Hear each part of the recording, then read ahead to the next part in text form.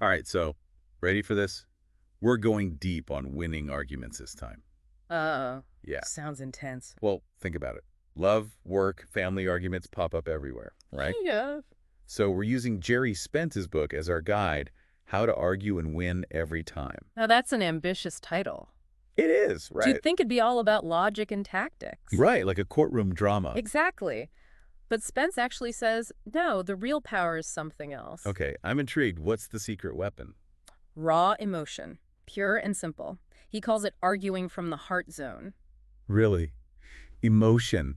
That's not the first thing that comes to mind when I think about arguments. Oh, I know, right? It's like, I think we need to be all cool and logical. Yeah, keep those feelings in check. But Spence is saying, no, tap into that well of emotions inside you. So our voice is like a channel for that energy. Yeah, like the stronger the feeling, the more it resonates with the other person. Interesting. So it's not about crafting the perfect argument. It's about tapping into how we actually feel. That's it. He even gives these, well, What are they? they're kind of unusual exercises, but they help you access that raw emotion. All right. Lay it on me. Remember, row, row, row your boat. He wants you to sing it. Sing it. Like belt it out. Loudly. He says it helps us reconnect with, like, that childlike way of expressing ourselves. Okay. I'm starting to see his point. Mm-hmm. We get so buttoned up as adults, we lose that uninhibited way of communicating. Exactly. And there's another one he suggests reading, I kid you not, the phone book. The phone book. Out loud. Yeah, but here's the thing.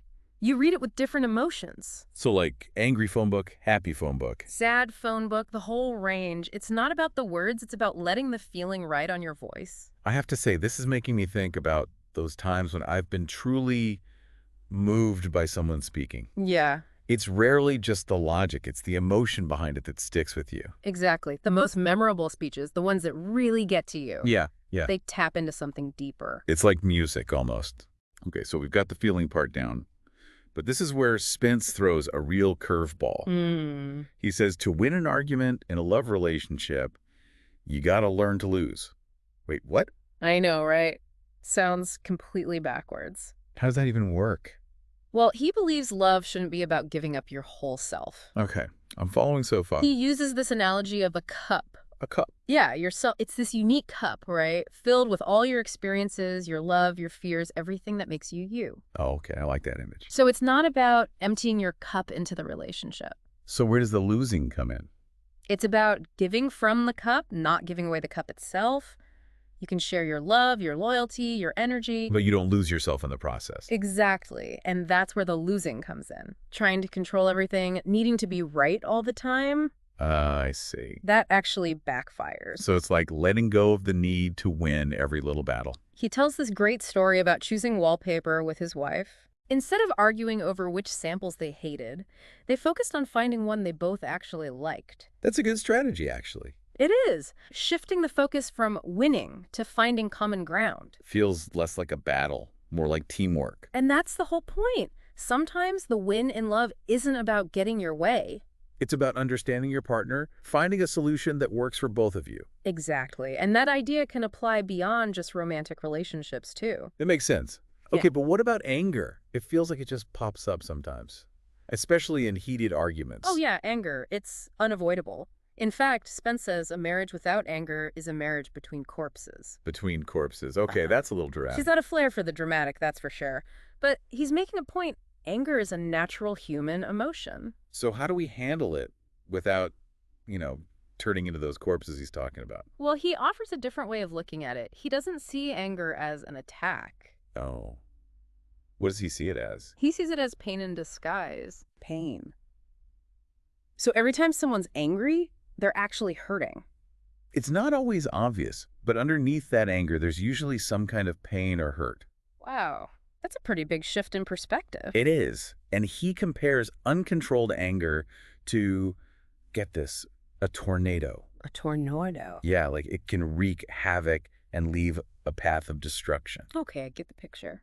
So when that anger starts to swirl, he gives this technique, cutting the rope. Cutting the rope. What does that mean? Imagine a rope connecting you to the person you're angry with. Okay. And then mentally, you cut that rope. You separate yourself from the anger. Interesting. So you're not getting swept up in that tornado. Exactly. And then you can try to trace that anger back to its source. Which is usually some kind of pain, like you said. Right. Instead of just reacting defensively, you try to understand what triggered that pain. That takes a lot of self-awareness. It does, but it can be so powerful. And then instead of lashing out in anger, you can actually communicate that hurt to the other person. That sounds way more productive than just yelling at each other. Right. And it can actually bring you closer together. We've covered a lot, from the power of raw emotion to this idea of losing to win in love. And anger as pain. Yeah. Now, I'm curious about what Spence has to say about arguing with kids. Ooh, that's a tough one for a lot of parents. It is. Constant power struggles, right?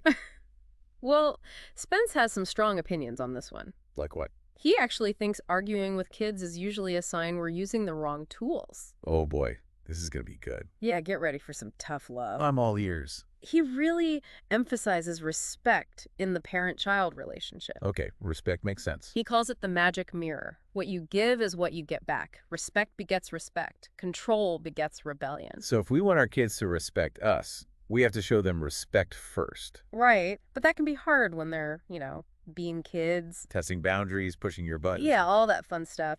But Spence argues that really valuing their opinions, listening to them, Treating them like people. exactly, that can be more effective than trying to control them all the time. It's about guidance, not dominance. Right. And there's that theme again, freedom to be yourself. I'm noticing that too. It seems to be a common thread in a lot of his advice. It is. He believes that true connection, real growth, It comes from giving others the space to be themselves, whether it's a partner, a child, even a colleague. instead of forcing our will on our kids. We should focus on creating an environment where they feel safe to express themselves. Make their own choices, learn from their mistakes. He even challenges parents to ask themselves, why do I need to argue with my child? That's a good question. Yeah. Is it really about their well-being, or is it more about our own anxieties? It's a reality check for sure. It is. Okay, ready for the final frontier. We've done love, anger, parenting. Bring it on. What's next? The workplace. Time to put on our corporate hats. Let's do it. Spence doesn't hold back when it comes to corporate culture, I'll warn you. Oh. He's pretty blunt about the fact that corporations, they're driven by systems, profit, ultimately. People come and go, but the corporate ship keeps sailing. Ships. That's an interesting way to put it. Makes it sound a little impersonal. He's not painting a rosy picture, is he? Right. But remember, he's giving us a way to understand the game. Okay, so no more heartfelt pleas about how much I deserve that raise. He says forget appeals to fairness or loyalty. They don't really hold much weight in this world. Okay, I'm ready for the hard truth. How do we make our case in this kind of environment? That's what we'll dive into in the next part. Okay, good. Yeah. Because right now, I'm feeling a little lost at sea. I hear you. But don't worry, Spence gives us the compass and the map. All right, good. I'm ready to navigate. All right, ready to get into the nitty-gritty of crafting a winning argument. Absolutely. I mean, after that first part, I need some actionable advice. Right. Yeah. Spence doesn't just leave us hanging. He lays out like 10 core elements. Okay. Almost like a checklist. A checklist for winning. I'm all about checklists. Right. And it all starts with, no surprise here, preparation. Okay, makes sense. But he takes it a step further. He says you have to prepare so well that you basically become the argument. Become the argument. What does that even mean? It's like you know your stuff so well, it just flows out of you naturally. Oh. It's not about memorizing some script. It's about internalizing the idea so deeply that you embody it. So you are the argument. Exactly. Got it. Preparation, check. What's next on the checklist? This one's interesting. It's about creating space for the other person to actually hear what you're saying. That sounds tricky, especially if they're, already disagreeing with you. Yeah, it could be tough. Spence talks about empowering them to choose. Choose. So they feel like they have control. Right, like you're respecting their autonomy. Not trying to force your view on them. Exactly. They're free to accept or reject your argument. Okay, I'm liking this so far. But you still present your case clearly and persuasively. It's like an invitation, not a demand. Right. All right, ready for number 3? Hit me. Tell your argument as a story. Ooh, I love a good story. Everyone does. Stories, they captivate us. Yeah. They make information stick. I can see how that'd be powerful in a courtroom. For sure. But think about it. Everyday conversations, too. Yeah, totally. We connect with stories. Okay, this next one might seem obvious, but it's crucial. Tell the truth. Okay, honesty. Spence says credibility is everything. When you're genuine, people can feel it. Right. No one likes a phony. And it builds trust. But honesty can be hard, especially when things get heated. It's true. It can feel risky. Like sometimes it's easier to hide behind, I don't know, like a facade.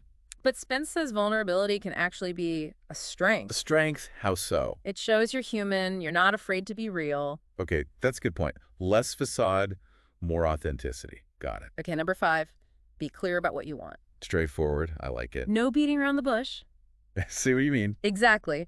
State your desired outcome directly, confidently. No wishy-washy stuff. All right, here's a word of caution. Avoid sarcasm, scorn, ridicule. Ooh, those can be tempting, though. I know, but remember, you're trying to win people over, not alienate them. Right, it's not about scoring points. Exactly. Humor can be effective, but it's a fine line. Yeah, you don't want to be disrespectful. All right, this one might surprise you.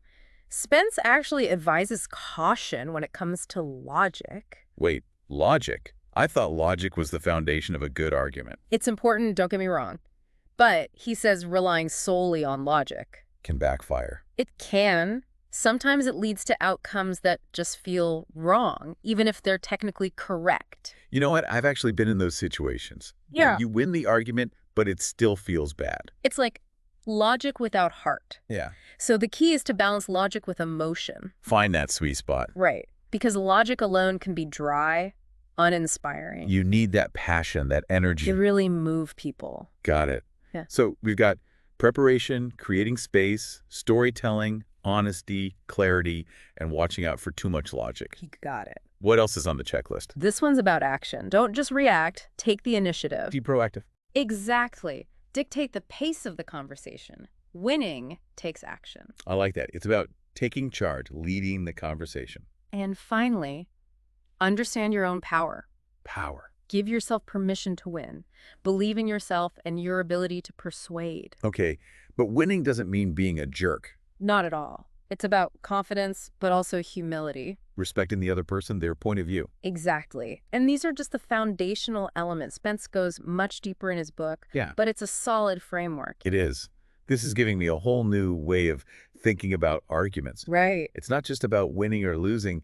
It's about understanding what's really going on. The dynamics. Yeah, and using that to communicate more effectively. Love it.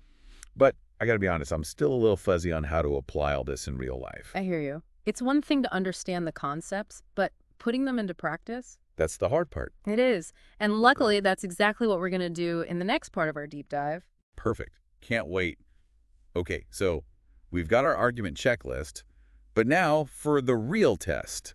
The corporate world. Yeah, I mean, remembering those ships Spence talks about. Those big impersonal machines. It's a little intimidating, honestly. How do we even argue effectively in that kind of environment? It's a good question, and Spence is pretty clear. Forget those heartfelt pleas about deserving a raise or a promotion. Oh, come on, really? Yeah, he says, appealing to fairness or loyalty, it just doesn't work in that world. So what does work? What's the secret? Think profit. Profit. That's the language corporations understand. So instead of telling my boss how hard I work. You show them how investing in you will boost the company's bottom line. Okay. Give me an example, like if I'm trying to get a raise. All right, so instead of focusing on your personal needs, you highlight how that raise will benefit the company. Okay, like what? Maybe it'll allow you to take some professional development courses. So I become even more skilled and valuable. Exactly. It's about positioning yourself as an investment opportunity. Not just someone with their hand out. Right, and the same goes for arguing for a promotion. So don't just list off my qualifications. Yeah, no, you got to emphasize how your skills will translate into cold, hard cash for the company. Increased efficiency, bigger output, all that. You got it. It all comes back to profit, huh? I have to say, it feels a little, I don't know. Cold. Yeah, A little. I get it. It's not exactly warm and fuzzy. No. But remember, Spence is just giving us a realistic We're framework. playing the game. Right. And here's the thing. This principle of arguing for profit, it can actually apply beyond the corporate world, too. Really? Where else? Think about dealing with, say, government entities. Okay. They might not be driven by profit in the same way, but they're often motivated by power and influence. So if I want to get something done in a bureaucracy, You got to figure out what their currency is what motivates them? and frame your argument accordingly. This is making me rethink how I approach arguments, period. It's a whole new way of looking at things, isn't it? Yeah. It is. But before we wrap up, what's one final takeaway from Spence that we should really remember? Okay, this is a good one. He reminds us that winning an argument doesn't always mean getting your way. I was just thinking about that. Sometimes the real victory lies in understanding each other better, Or reaching a compromise. even changing your own mind. So it's not about crushing the opposition or being right all the time. Sometimes the most powerful arguments are the ones that bring us closer together. That makes me think of his advice about losing to win in love relationships. It's the same principle. It's not about keeping score, it's about strengthening the connection. Exactly. And that approach, it can apply to so many areas of life. Work, family, friendships, everything. Absolutely. So remember, arguments, they can actually be opportunities. For growth. Connection, deeper understanding. Spence has given us a lot to think about today. He has. And I think the biggest lesson of all, Yeah. it's that sometimes the most persuasive arguments come not from our heads, but from our hearts. I love that. And on that note, we'll leave you to ponder the power of feeling and the art of arguing effectively in any situation. Thanks for joining us on this deep dive.